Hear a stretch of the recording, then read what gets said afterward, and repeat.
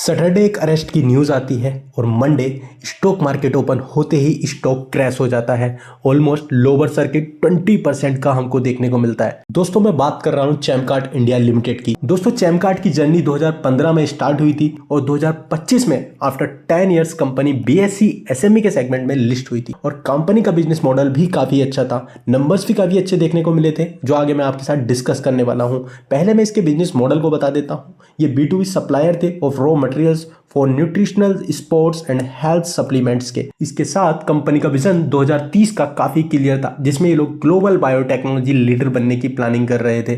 2027 में इनका प्लान था EZRM सीज फैसिलिटी इंडिया की first nutritional focused SEG hub बनाने का प्लान था और 2030 तक ये लीडर बनना चाहते थे इंडिया के first CRDMO in the nutritional and personal wellness. तो कंपनी में एकदम से क्या हुआ, इस चीज के लिए चलते हैं इसकी लेटेस्ट न्यूज पर। दोस्तों केमिकल ट्रेडिंग से जुड़ी एक कंपनी पर DRI का बड़ा एक्शन हुआ है। चलिए समझते हैं कि इसका चैमकार्ट से क्या लिंक है।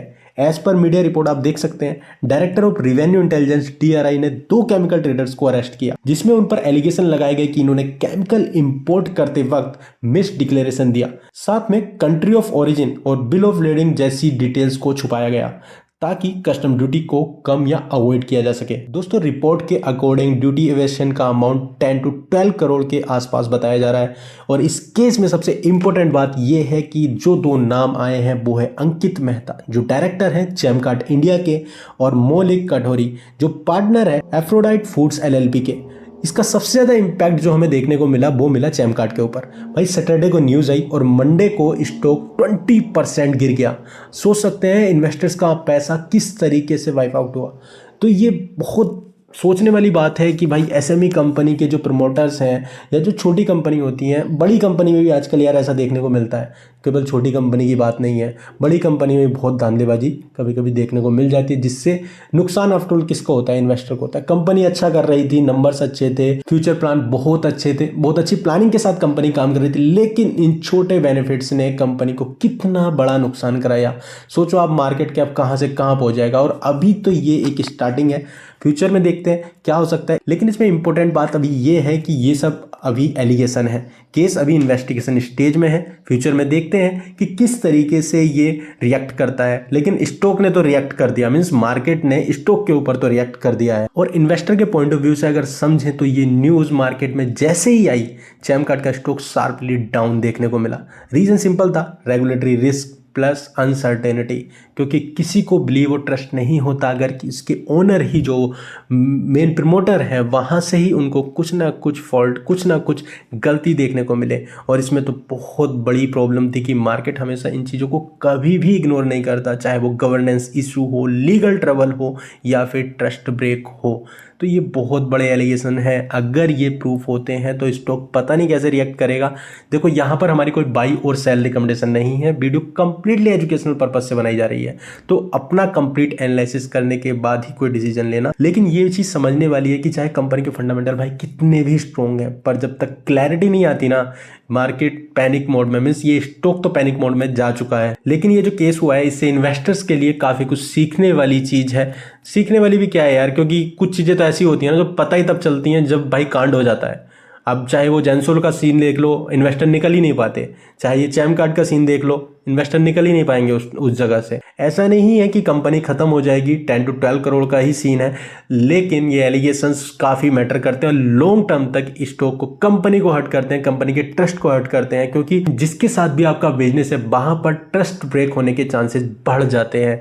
लॉन्ग टर्म में शायद चीज़ें सब कुछ नॉर्मल हो जाए, लेकिन फिलहाल करंट सिचुएशन में देखा जाए तो चैमकार्ट का जो स्टॉक है वो हिट हुआ है, इन्वेस्टर हिट हुए हैं। लेकिन अगर आप चैमकार्ट के बिजनेस मॉडल और इसके प्रोडक्ट्स पार्टनर्स को देखेंगे तो आप खुद शॉक होंगे कि कंपनी काफी अच्छा काम कर रही थी। तो ये है इनकी प्रोडक्ट लिस्ट। मल्टीपल प्रोडक्ट से सप्लाई करते हैं डाबर को, सनफार्मा को, एल्केम को, GNC को, इन्फ्लेक्स को। काफी बड़ी कंपनी, काफी बड़े नाम इनके बिजनेस पार्टनर्स में है। और अगर इसके नंबर्स की बात करें तो हाफ ईयरली रिजल्ट्स आप देख सकते हैं। सितंबर 2024 में 113 करोड़ की सेल्स थी, मार्च 2025 में 90 करोड़ की सेल्स थी और सितंबर 2025 में 103 करोड़ की सेल्स थी।